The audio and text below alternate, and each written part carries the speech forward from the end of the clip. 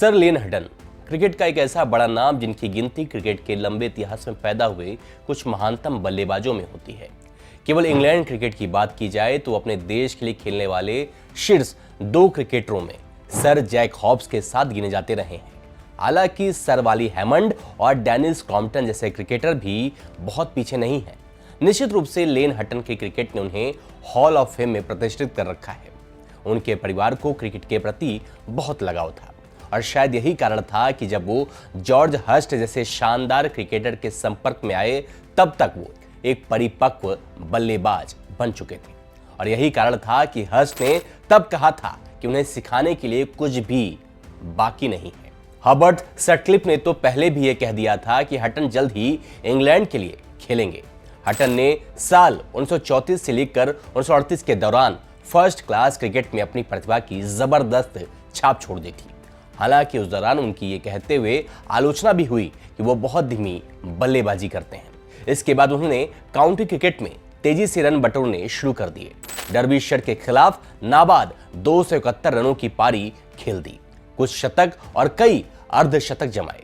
उस सीजन में उन्होंने 56.62 की औसत से 2888 रन बना डाले, जो सर वॉली हैमंड के बाद सबसे बड़ा स्कोर था।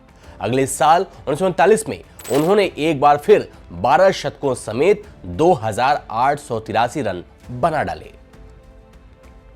सर्जरी के कारण एक हाथ दूसरे से छोटा हो गया। सन 1941 में कमांडो ट्रेनिंग के दौरान लेन हटन का बायां हाथ बुरी तरह से चोटिल हो गया। वो 2 महीने तक अस्पताल में भर्ती रहे। उनकी सर्जरी करनी पड़ी थी। इससे बायां हाथ दाहिने से 2 इंच छोटा हो गया। साथ ही इस चोट से उनके बाएं हाथ के ताकत में भी कमी आ गई थी। करीब 2 साल तक क्रिकेट से दूर रहने के बाद सन 1943 में एक बार फिर उन्होंने अपने बल्ले से करामात शुरू कर दिया। दूसरे विश्व युद्ध के बाद सन 1947 से लेकर 1955 तक हटन ने खूब रन बटोरे। एक बल्लेबाज की योग्यता टेस्ट क्रिकेट के स्तर पर आंकी जाती है। हटन ने पहली बार 26 जून 1937 को लॉर्ड्स के मैदान पर न्यूजीलैंड के खिलाफ अपने देश का टेस्ट क्रिकेट में प्रतिनिधित्व किया। टेस्ट क्रिकेट में उनकी शुरुआत बेहद खराब रही। पहली पारी में 0 और दूसरी में केवल 1 रन बना सके, लेकिन ओल्ड ट्रैफर्ड में खेले गए अपने दूसरे टेस्ट में ही वो शतक बनाकर तुरंत लय में आ गए। तब टेस्ट क्रिकेट लंबे अंतराल के बाद खेली जाती थी। ऑस्ट्रेलिया और इंग्लैंड की टीमें एक दूसरे के देश में जाकर वहां 2-3 महीने रुकती थी और उस दौरान टेस्ट मैच खेले जाते थे। हटन को अपना चौथा टेस्ट खेलने के लिए करीब 1 साल का इंतजार करना पड़ा था। 1 साल बाद जब ऑस्ट्रेलिया की टीम इंग्लैंड आई तो ट्रेंट ब्रिज में खेले गए पहले टेस्ट में हटन ने शतक जमाया।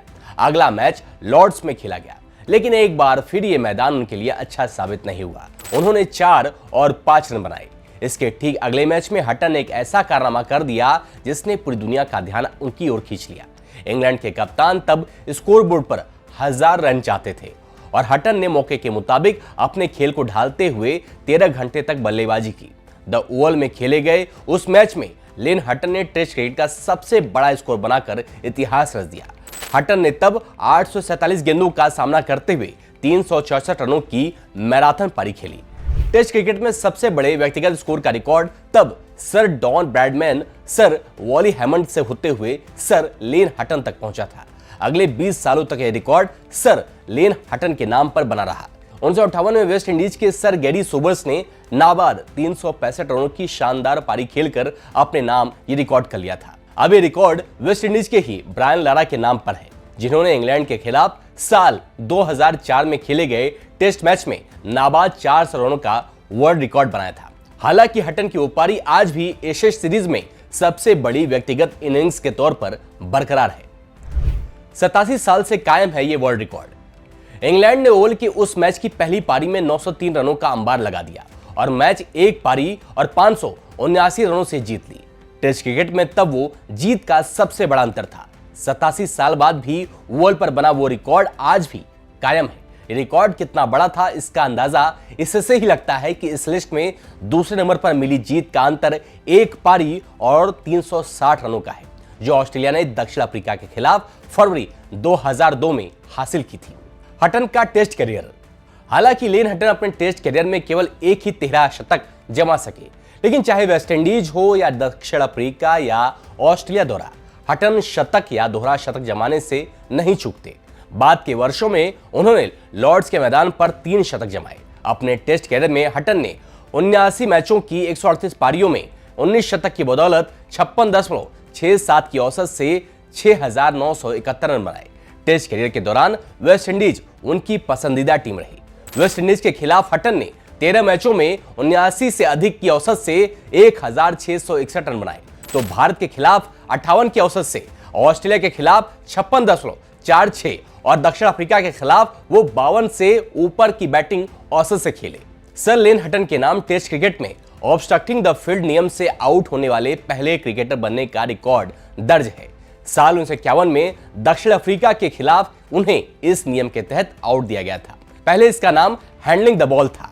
साल 2017 में नियमों में जब बदलाव किए गए तब ये ऑब्स्ट्रक्टिंग द फील्ड के तहत आने लगा। पाकिस्तान के खिलाफ वो केवल 2 मैच खेल सके। अपनी कप्तानी में खेले गए इन 2 मैचों की 3 पारियों में उनके स्कोर 0, 14 और 5 रन रहे। साल 1954 में पाकिस्तान इंग्लैंड के खिलाफ पहली बार टेस्ट सीरीज खेल रहा था और इस सीरीज के चौथे टेस्ट में पाकिस्तान ने इंग्लैंड को हरा दिया था। तब लेन हटन ही कप्तान थे। हालांकि उनकी कप्तानी में इंग्लैंड केवल 4 मैच हारा था। 23 टेस्ट मैचों में से 11 में उन्होंने इंग्लैंड को जीत दिलाई थी। इसमें 19 वर्ष की आयु में ऑस्ट्रेलिया के खिलाफ खेली गई पहली एशेज सीरीज शामिल है। 364 रन का टेस्ट क्रिकेट में सर्वोच्च व्यक्तिगत स्कोर 20 सालों तक सर लेन हटन के पास रहा। यह इंग्लैंड की सबसे बड़ी टेस्ट पारी के रूप में आज भी कायम है। तो 25 सालों तक वो टेस्ट में सबसे तेज 5000 रन बनाने वाले क्रिकेटर थे, जिसे बाद में सुनील गावस्कर ने अपने नाम किया। इंग्लैंड के लिए टेस्ट मैचों में पहले विकेट के लिए 359 और दूसरे विकेट के लिए 382 रनों की साझेदारी का भी रिकॉर्ड उनके नाम आज भी कायम है।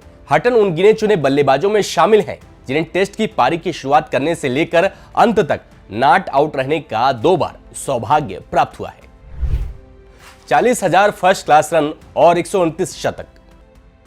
साल 1934 से शुरू हुए अपने फर्स्ट क्लास क्रिकेट करियर में हटन ने 513 मैच खेले। यहां उन्होंने रनों का बहुत बड़ा अंबार लगा दिया।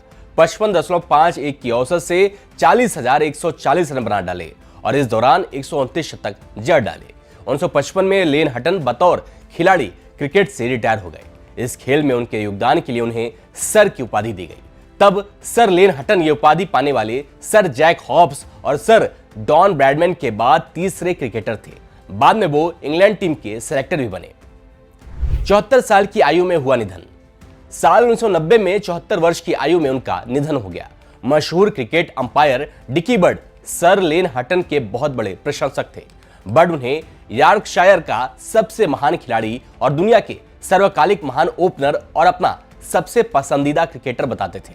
बर्ड ने सर लेन हटन के जीवन पर बीबीसी में एक कार्यक्रम भी प्रस्तुत किया था। हटन के निधन पर उनके साथ खेल चुके इंग्लैंड के ही एक और महान क्रिकेटर डेनिस क्रॉम्पटन ने अपनी प्रतिक्रिया में कहा कि हम 2 अलग तरह के कैरेक्टर थे, लेकिन हम बहुत अच्छे दोस्त थे। वो मेरे दौर के सबसे महान सलामी बल्लेबाज थे। ऐसा इसलिए कह रहा हूं क्योंकि तब पिच को कवर करके नहीं रखा जाता था। उनमें गजब की एकाग्रता थी। वो इस खेल के सबसे बेहतरीन स्ट्रोक मेकर्स में एक थे।